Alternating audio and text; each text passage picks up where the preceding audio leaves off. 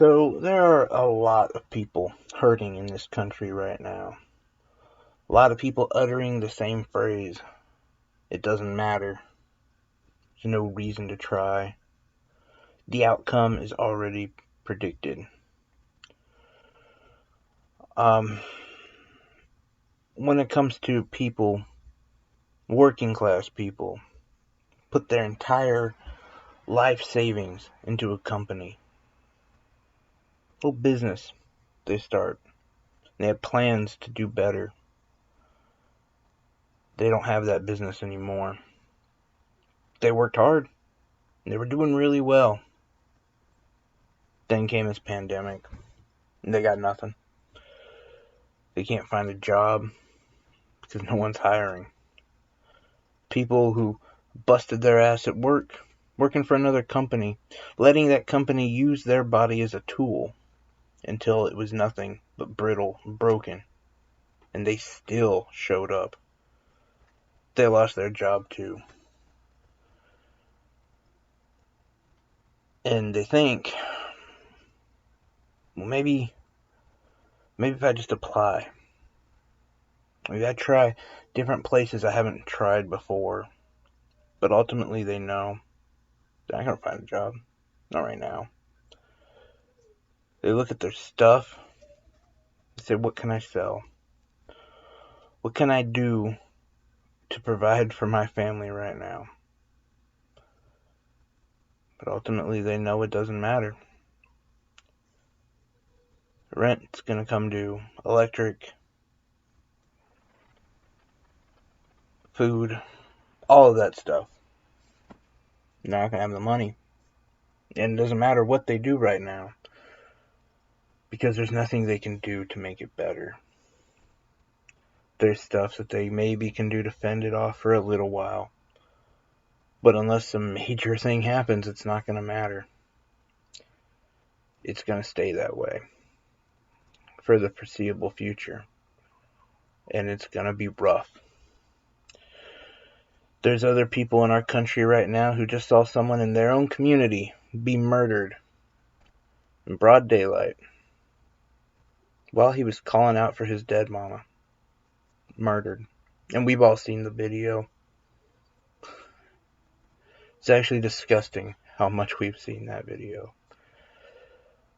And they think to themselves, maybe if we start a community outreach program, maybe if we vote out this prosecutor that's there now, maybe if we just protest, they'll hear us and they'll see us. But ultimately, they know they can't vote out that prosecutor, and if they do, another prosecutor will come along in a place like, I don't know, Target or Walmart, who gave $500,000 to the police department to survey the black and brown community. They'll also donate money to the new prosecutor, and that prosecutor will be bought and sold just like the one before it. The community outreach program, it'll work for a couple police officers they'll have, but the rest of them will still be the same assholes they are before. And let's be honest, there's a system in place. Officers have to get so many arrests. They have to give so many tickets. They have to do so many traffic stops. The community outreach program, it won't matter. It's not going to change a thing. The protests that they have wanted to be peaceful. And they thought, well, a bunch of armed white people could charge the Capitol building in Michigan and nothing broke out. So we can sit here peacefully, right? No. They're replied with tear gas and rubber bullets. And as they get to that point and they realize it doesn't matter. It doesn't matter what we do. It doesn't change the picture. And as other people worried about rent, worried about how they're going to keep their family in a house, protesters realizing they're not being heard. And that's that moment where they say, fuck it. Fuck this, fuck that, fuck the system, fuck it all. Let's burn it. But then you stop and you think, as bad as I have it right now, my grandparents had it worse. My great-grandparents, they had it worse. And we got through it. Because we have something. We have something they don't have. Information. And a way to communicate with each other that we've never had before. We just have to learn how to use it. Instead of spending that time on Twitter, Facebook, or whatever, arguing and yelling at each other like they want us to. They want us punching side to side. They want us punching down. But we have enough goddamn fists landing on our head, don't we? We don't need any more of that. We could be communicating. We could be working together. Because the white people in this country, they know to stand right now with the black people and the brown people because they're against tyranny. They know that maybe they need to stop listening to certain people who are advocating that these people protesting are animals. Because they understand what tyranny is, don't they? Brown people, black people of this country, we stand with the white people because we understand they did nothing to lose their jobs. And of course, we don't have jobs either, but we all have to help each other. And we know that we all spend money in our local community, and that's how we get this out of it. Not by spending our money on Amazon or Target or Walmart or any of the big corporations. No, we shop local. That's who's going to hire our people. That's how we get this community back. And even more so, we're going to be the ones that stand there and say we want our tax dollars in the hands of working Americans. We want a UBI. Sometimes you can't understand how, or you can't see how we're standing up with each other, but we are. I'm gainfully employed. I do quite well. I also stand up. I've been to my own capital preaching for a UBI. It means my taxes go up, and I'm fine with that. Because I want to know that there aren't people who are starving and people who are worrying about having a roof over their head. And when it all comes down to it, I think we will stand with each other. We just have to learn how to communicate with each other. And maybe we're not going to agree on everything, but goddamn it, we know who the oppressors are. We know who our masters are. It's not me. It's not you. It's not the guy down the street. It's not the black person you see on TV. They're not making your life harder. I'm not making your life harder. We know who is. We know who the real obstacles are and how to defeat them. I mean, fuck, they work for us.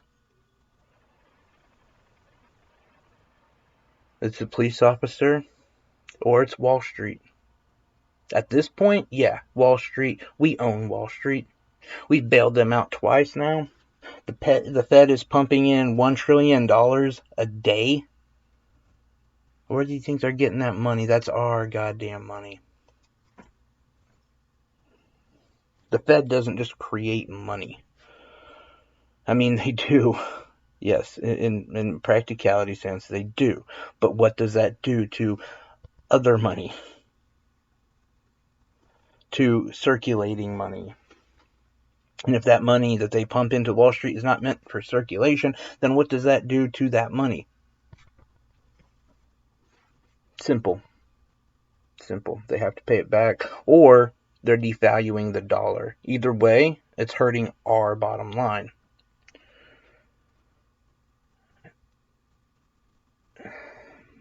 And we also know who's buying up all the farmland right now. Who's the biggest renter in America right now? Well, that'd be Wall Street. That would be fucking Wall Street. It's the ruling class. The politicians who are able to get through that gate, they ain't coming back for us. The elites, the wealthy, they got islands that they are running off to right now, and were about a month ago.